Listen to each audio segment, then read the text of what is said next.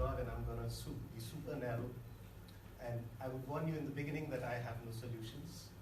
I'm just going to talk about problems, and I'll list few of the problems. So my main area of interest is looking at problems or finding problems. I don't deal with solutions so much. So I live in Switzerland, a city called Lausanne. It's one of the photographs from a very famous bridge. And out there you can see the mountains and the lake. It's very clean. Imagine it's a lake, it's not a river, but the water is so clean that you can swim in it. When you swim, you swallow water as well. The footpaths are so clean that sometimes some areas in Delft looks like a little dirty compared to these ones. Why I'm showing you this is that when you go to a public toilet in Lausanne, not all of them, but many of them, stinks and are really dirty. To take this picture, I had to close my nose. And this I took in the morning, so by evening it gets even dirtier. So why I'm putting this too out of context picture here is before I begin my presentation, I would like to establish that money, technical expertise, and a willing government is not just the problem. Because Switzerland has more money than many other countries in the world. It has in fact, an excess of technical expertise, and a very willing government which is willing to utilize the technical expertise and spend the money they have, but still you see toilets like that. So we need to move beyond. Anyways, I'm not here to talk about the Swiss toilets. I'll be more concerned with cases from India, some bit of overlaps with Nepal. So I will start with, the presentation is broken down into 4 parts. The first is about problematization of informality, where I take the larger contours of informality conceptualizations and try to derive a case in the second part to see informality as a practice which Sukanya briefly touched upon.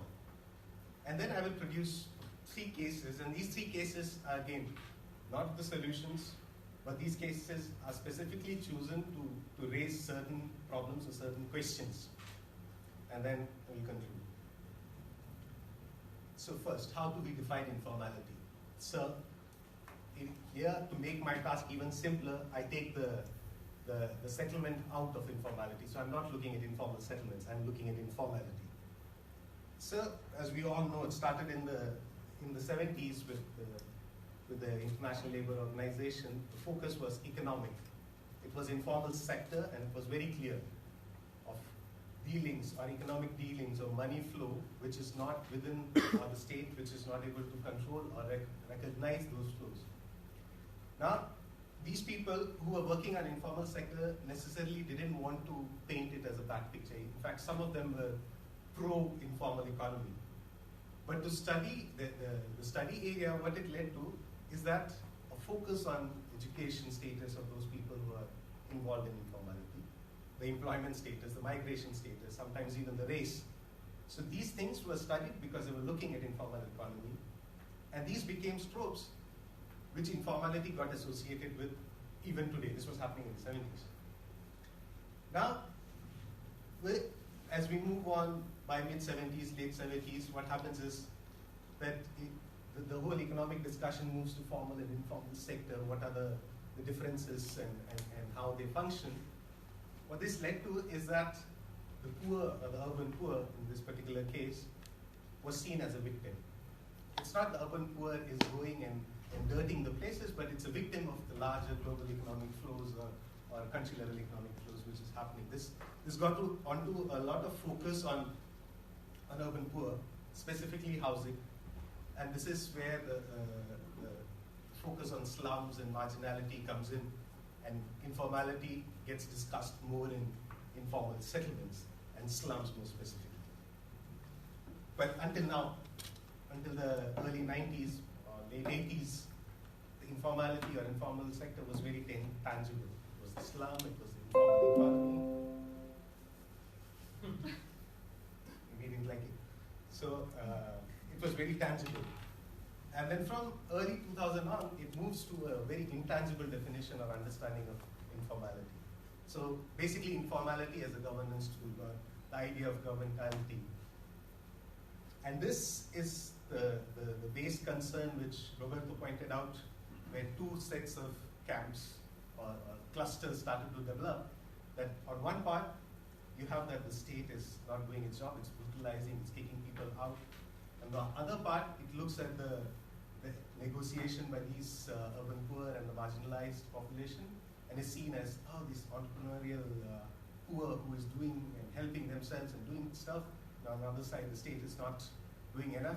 And there are plus and minuses on both sides, but this gets started in the early 2000s. Now if you look at in a very abstract way of having one as a negative and formality as a positive, so there is entrepreneurial, social coherence, use of community space, these discussions going on in one cluster, and the other cluster start discussing poverty, physical degradation, crime rates going on in informal settlements.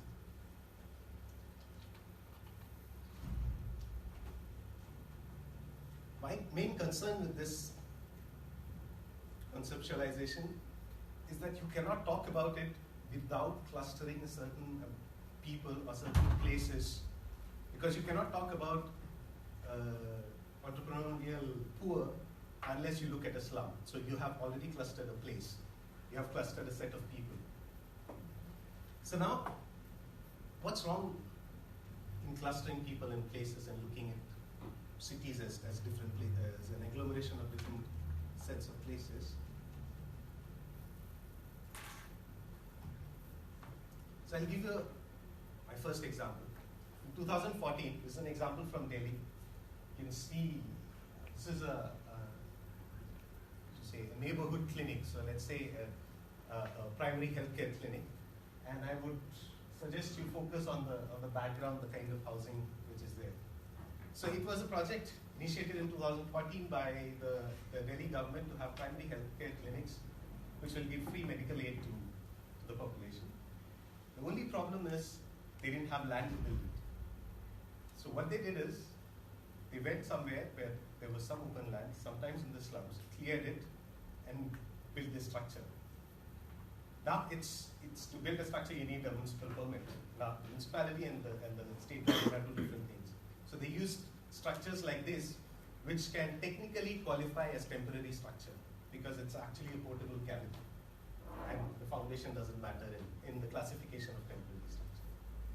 Now if you see this and compare it to another settlement from which I will take examples, it's called Jagdamba camp. It's classified as a slum in Delhi. When they set up the settlement, they did the same. They came, found empty land, put up their shacks. Only difference is the people in Jagdamba camp called it home, and the Delhi government called it a clinic.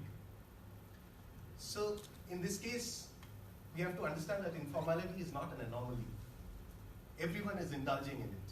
So that is my primary thesis, that if everyone is doing it, we have to first establish a way to understand how informality is being done by everyone.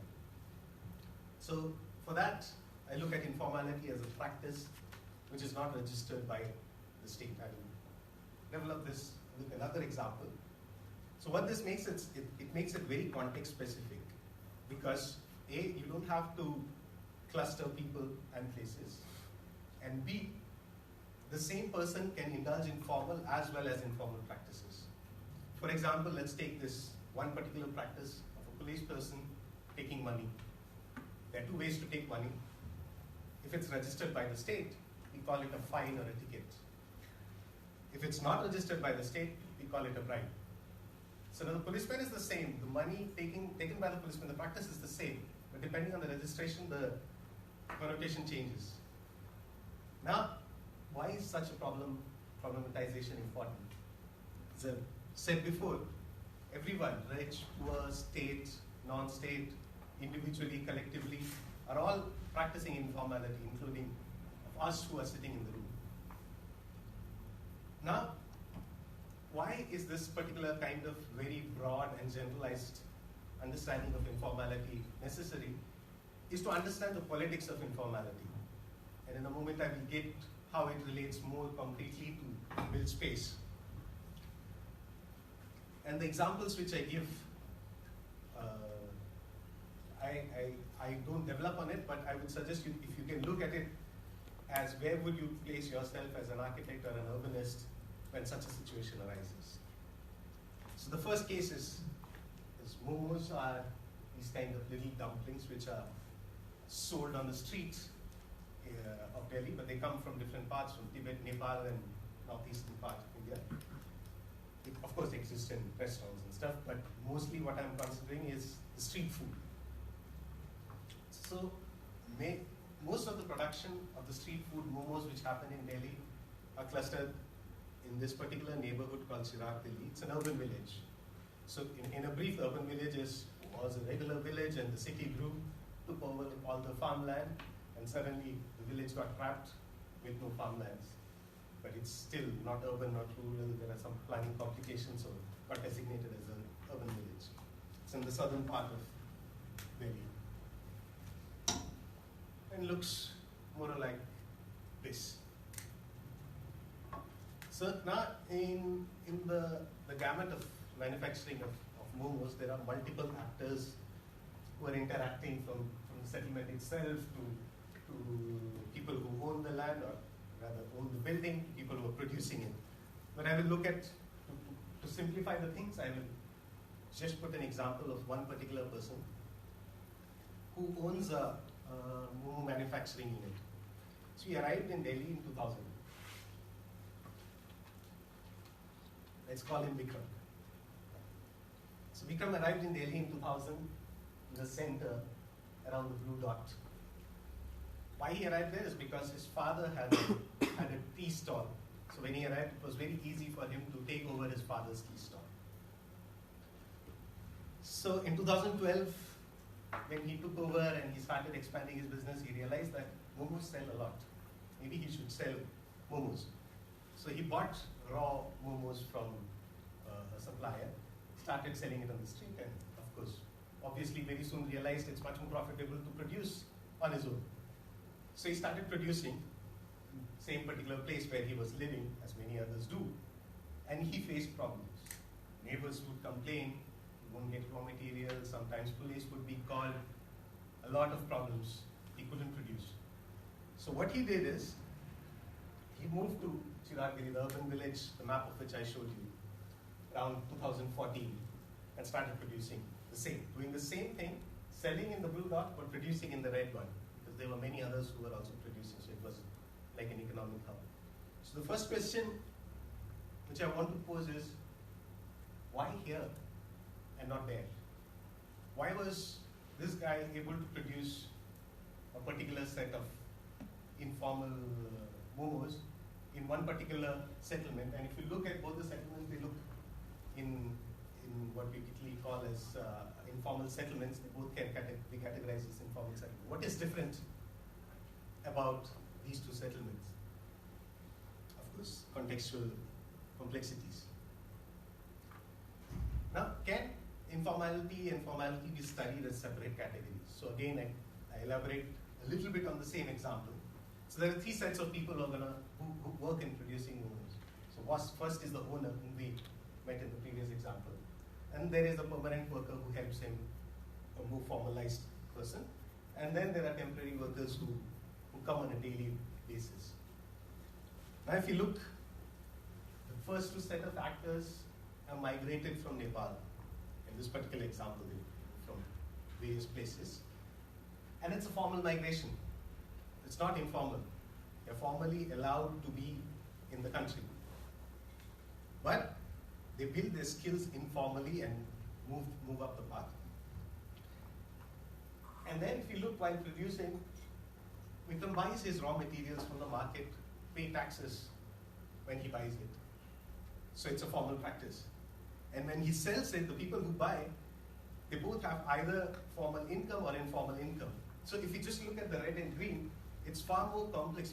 We can't study informality just by itself because it's so enmeshed, these two practices, that it can't be isolated as a category to be studied. Now, what are the material consequences of this particular way of looking at the settlement? So let's take the example of the temporary worker from the previous example. So So in Chirag, Delhi, it was an old village, so the houses used to be, it's a very rough diagram of it. Used to be courtyard houses, old courtyard houses with a joint family living in. As time progressed, people got more money and also they moved out, and the joint family doesn't work, it's more nuclear family, so they divide up the land to build something like this. So because they are not going to live there, the idea is to have as much rentable space as possible. So they develop something called the 1 PHK, it's like 1 bedroom hall kitchen, which is like a standard dwelling unit, and shops at the bottom, and this is again a representation, sometimes it goes to 3 or 4 floors as well. Now, what happens is when the temporary worker comes, he or she looks at the city of Delhi as an economic hub. Now, this is very important how the person perceives the city, because he sees himself as a migrant. It is always a distant home where it's much more comfortable to live. So he's willing to go through the hardships and live in not so livable conditions because there is a home somewhere else which is nicer. So he comes, the wage get around 6,000 per month, the rent is around 5,000 per month, of course can't live in a house. So the usual solution is collective living, which we all did at certain stages of our life, especially when we were students. Another thing is, he pays the rent to the building owner and lives collectively in the house. At some point, the building owner says, let me upgrade the house, because then I can ask for more rent. So of course the house gets upgraded, they pay more rent. They pay more rent means they increase the number of people who are living in the house. Then the building owner again decides, let's upgrade it further. And then he has to pay even higher rent and even larger number of people living in the same house. And this goes on. At some point they say, okay, there's not enough place to put beds, so we have to move out. So what we see here is that there's a building which is getting better in terms of it has better flooring, better insulation, but it's being kicked out. And the owner, who earns much more money than the temporary worker, takes it over.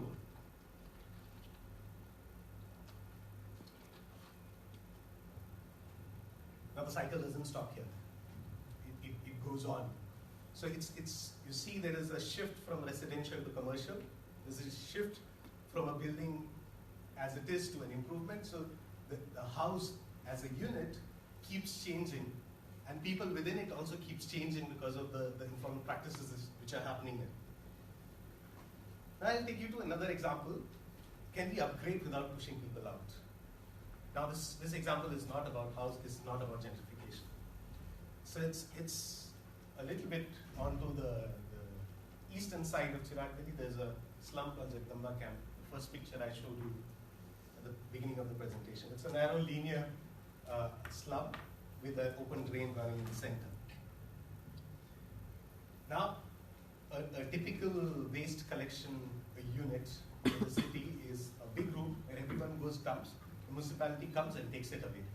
Now in Jagdamba Camp, there was an NGO which was dealing with education. And they realized that there's a lot of garbage in there which is not getting cleaned. We need to do something. They were almost like a very interesting urban designers. The NGO was not of urban designers, but the strategy was very urban design, like on how to make the municipality responsible to clean. So the idea was that we somehow manage the municipality to clean the garbage dump, and we use the garbage dump as a community space. So what they did is this. So this narrow strip is where the slum is. This yellow dot is where the garbage dump was, and the plan was to shift it to the orange dot with garbage bin. So that is the main road. So if you shift the garbage which is hidden somewhere to the main road, of course the municipality will be compelled after some point. Everyone who is not concerned or passing through the road will complain, and they would be compelled to clean it. Brilliant idea, but what happened? So this was the scenario. You put garbage bins on the main road, and just clean the old garbage dump and convert it into a community space. So of course the NGO went and collaborated with the municipality agreed, it was a great idea. So if you look, what is happening is that the garbage dump is actually a formal space. And the community space which the NGO is planning is completely informal, because what they are doing is they're taking on a government land which they are not authorized to and converting it for their own use. And in this process, the municipality is helping them do it. Of course, from a municipal officer who's sitting there, a community space looks much better than probably a garbage dump. But if you strip the connotations out, it's basically conversion of a formal property into an informal usage, assisted by the state itself. Of course, it didn't go through without community protesting. So the community leader came up and said, this is a complete grabbing of our land. You cannot grab our land and convert it into something. So they started a conflict between the two. And of course, the municipality sided with the NGO and cleaned the garbage dump, helped them clean the garbage dump and put the garbage bins on the main road. Now the residents got divided into two camps, one with the NGO and one with the local leader. And what happened in the end was they came to existence two kinds of garbage disposal system. The garbage bins function, of course, it's there, but the few people who have allegiance to the local leader, they put their garbage still in the designated garbage dump inside the settlement. So again, what is the solution? I'm not going into that domain. But as an urbanist, what would be your intervention in this particular case, or the cases before that? So in conclusion, I would state that we have to read informality beyond people and places, rather beyond grouping people and places together. And we have to rethink our own practice, which we rarely do as creative professionals, because we think that there is something out there which we need to improve, and we have the capacity to do it, but we don't see that the role of a designer or an architect or an urbanist was designed for a different system. We can't take the same system or the same profession and plonk it into another context. We have to do some sort of introspection on our own profession, like look within ourselves to confront informality, then confront the informality outside. And we have to look at the urban via the informality, not look at the informality as an anomaly to the urban because of the fixed ideas of what an urban is in our head. Thank you.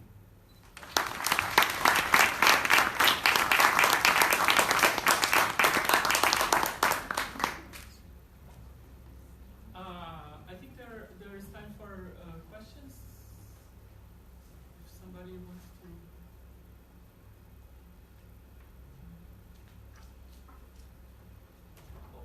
Could you? I have a question. Could you elaborate a little bit more on what you mean by? So your main critique is we shouldn't. What I understood from what you said is that formal activities and informal activities, they happen both in informal and formal spaces, right? Mm-hmm. And therefore it's useless to look at the slum as one unit separated from the city. Can you elaborate a little bit more? Yeah, there are two factors to it. One, it's not new to say that informal practices or informality is there with the rich neighborhood as well as the poorer neighborhood. That's the discussion going on since the mid-2000s, that the informality of the rich just gets legitimized by the state, but the informality of the poor doesn't. But my contention is that as empirical categories, because when we say the rich and the poor are both indulged in informality, what we are actually doing is that we are making ourselves incapable of talking about informality without talking about the rich and the poor. So as empirical, I'm trying to break down this empirical category of looking at informality. Does that make sense? Okay. Do you think talking about rights would help? Like talking about people who have rights and people who don't have rights? And I'm saying this because India, of course, we know is the biggest democracy on earth. And in a democracy, sort of. Yeah, sort of. And in a democracy, in thesis, everybody should have the same rights, but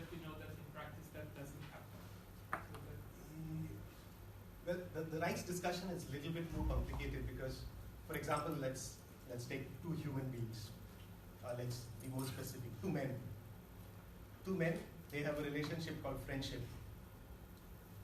And if one of them want to register their friendship with the state, the other one would think that it's crazy and run away. Imagine your friend coming and telling you, let's register our friendship.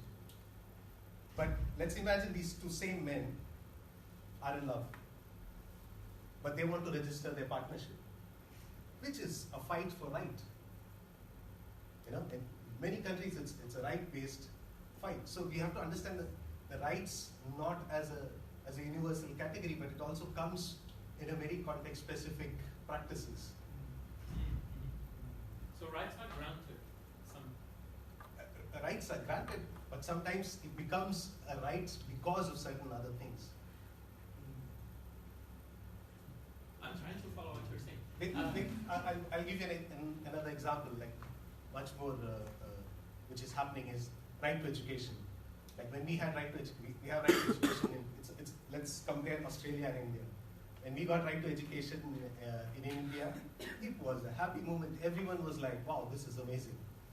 But when they got right to education in Australia, it was filled with conflict because there are Aboriginal communities who don't want to educate their kids in formal schools. They have a different set of education system, which for the state it's like, oh, come on, going to forest and hunting is not education, put them in school. So, what was a right and a very good thing in India was not in Australia. So it gets a very context specific is what I'm trying to learn. Any other questions? Yes. Yes. Hi. Thanks for your presentation. I have a question about changing the system that you mentioned at the very end. I've been trying to think about it since then. I know that you said that you're not going to present solutions, but I wonder if you have an example, because we are in a very formal place in which we have seen that, it hasn't been always as good as it is now, but the way that it has developed has been by adapting to the system. So I wonder if there is any enlightenment. I like the suggestion, but I'm curious about, so how can you, because I think it's part of it, I don't know, if it's about integrating to the system, changing the whole system, changing our system as professionals or students, or... Well, it's a very broad question. Yeah, but it's nonetheless it's a question to be asked. But in the presentation, what I was trying to say is not to change the system as a whole, but to introspect ourselves as creative professionals, whether we identify ourselves as planners or urbanists or architects, that when we look at the informality or when we look at the urban, we always design and come up with solutions for them. What I was saying is that we have to introspect ourselves. Like, what should be our role? Could be one of the questions, like, what should be our role? Should we, like many of the proposals which I see, not only here, elsewhere as well, is that if it's a very innovative strategy for, let's say, a slum, you take those strategies and put it another place, you just have to adapt a little bit and it works. So what we are seeing here is not that the proposal is necessarily bad, but the way I am as a professional remains the same. We say the design should adapt to different situations. Why shouldn't we? Is the question. Yeah, but I think that it's good to know that we know that there are many professionals who are changing their role all over the world. So yeah. Okay, thanks. I think I have something to say about that, because a part of the blame is from us, from the university, because we have departments and we have courses, and we teach, here we are teaching people how to be urbanists, right? But we are ill-equipped, I think, to respond to this change that you're talking about. We need to interrogate our students and say, well, what are new types of urbanists, architects, and designers that could be now? Because we are talking about... Absolutely. Yeah, it's so old-fashioned. Yeah. So we need to think about new roles for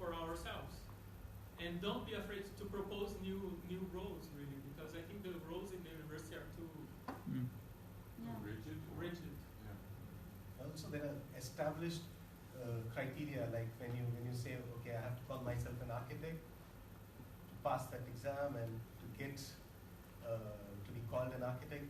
There are certain qualities or certain skills which I need to have, which are so established that when I was taking a studio on informality, when I went and said we should have an informality studio, the first question was, okay, these are the 10 things which, when a student passes out, should have.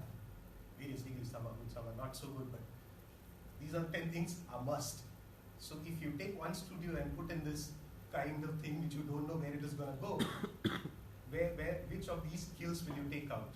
Now that's very dear to us as a profession. Come on, an architect who cannot design a house, it sounds difficult. So also, it's in the education system, it's not as simple as saying, okay, let's have a lot more informality studios. Yes. Thank you, Nipesh, for your wonderful presentation. Anyway, I'm very happy to see you here. I was wondering, is it the thing I can take away today that informal and formal is not so much a dichotomy, but more a dialectic, and it's more a scale on which we can move in either direction. And I think that also addresses your remark that it is something we as architects, urbanists should be aware of, that we can move in that whole field and not only in the formal part. And I think the most important thing is to do research on this, and also to engage our students in researching, investigating, more than coming with solutions and then think of, oh, maybe there's a problem, or maybe there's not. Yes.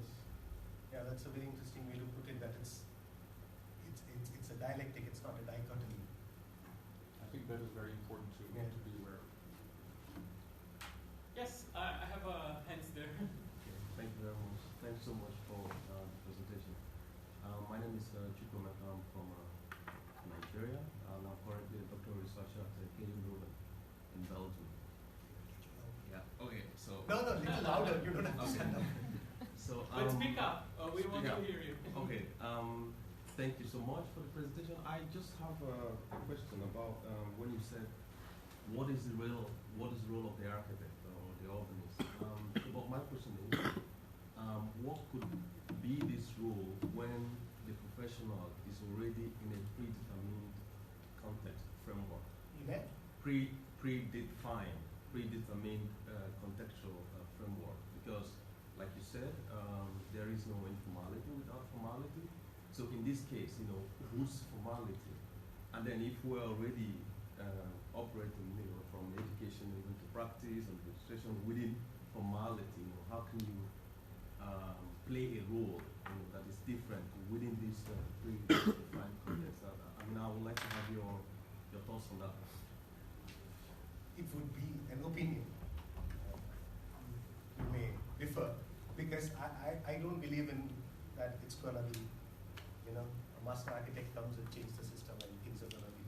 It's going to be a slow progress. Probably when you retire, you will see the progress. But when the power of thinking like that is that when we suddenly feel capable. Like I cannot change the university education system, even in the university where I am. So if I don't think in those scales, and if I think that there are some small changes which I can do, and the next person is going to change something else, so it's a slow and steady progress is how I see it. And there's always, as Sartre says, there's always an existential nature to every job we do, not only architects, everywhere. Okay, yes. Now the questions pop up. No, Yes. just the smallest remark. I think very interesting aspect of your presentation was the fact that you took as an example dwelling, let's say dwelling and updating the house, paying rent to somebody, which is, let's call it, an architectural practice. But the fact that, how you make it develop through time is curiously interlinked with the most important aspect for me with informality, which is the fact that it's completely undisciplined. Then it gets applied to discipline. But that, for example that you showed us, is only allowed by the fact that there is an informal formal legal framework, a contract, let's say, with your landlord that allows you to put more people in the same house. So in a way, this is the curious debate that should arise. For me, let's say, it's completely impossible to understand informality from one specific discipline only, because it's always, let's say, it's by definition a jump into other fields that sometimes as architects probably we're not so ready to deal with. In this case, the legal framework. Yeah, definitely. But at least the thing is, we might not be the experts in dealing with. So, for example, one of the biggest thing factor of an example which I presented the most was land titles. More than the rent, the actual land title. We don't have the legal competence. But the idea is that we should acknowledge, like, we don't have the competence to even design structural stability, but we understand how the system works, so that we can work with the structural engineer. That is embedded in the discipline.